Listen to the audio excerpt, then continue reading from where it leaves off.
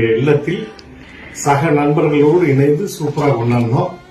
அதை ஆர்கனைஸ் பண்ண கார்த்தி அண்ட் இந்திரஜா, அதுக்கு அழகான மதியம் உணவு சூப்பரா பண்ணி கொடுத்த நம்ம இலக்கிய அருள் அவனுடைய கம்பெனி, கூட ஒத்துழைத்த பெரிய பெரிய பிள்ளைகளா இருந்துச்சு. கிம்மி அண்ட் பால், அமலா பால், பிரதீபா பால் எல்லாருமே ரொம்ப நிறைய பேர் விஷ் பண்ணாங்க. வாட்ஸ்அப்ல விஷ் பண்ணீங்க, போட்டோ போட்டீங்க, போஸ்ட் அடிச்சீங்க, பொங்கல் வச்சீங்க, கொண்டாடினீங்க, மாலை போட்டீங்க, மரியாதை பண்ணீங்க. இதே அன்பு அப்படி வருஷம் போட்டோம். அடுத்த வருஷம் இன்னும் வேற லெவல்ல கொண்டாட போறோம்.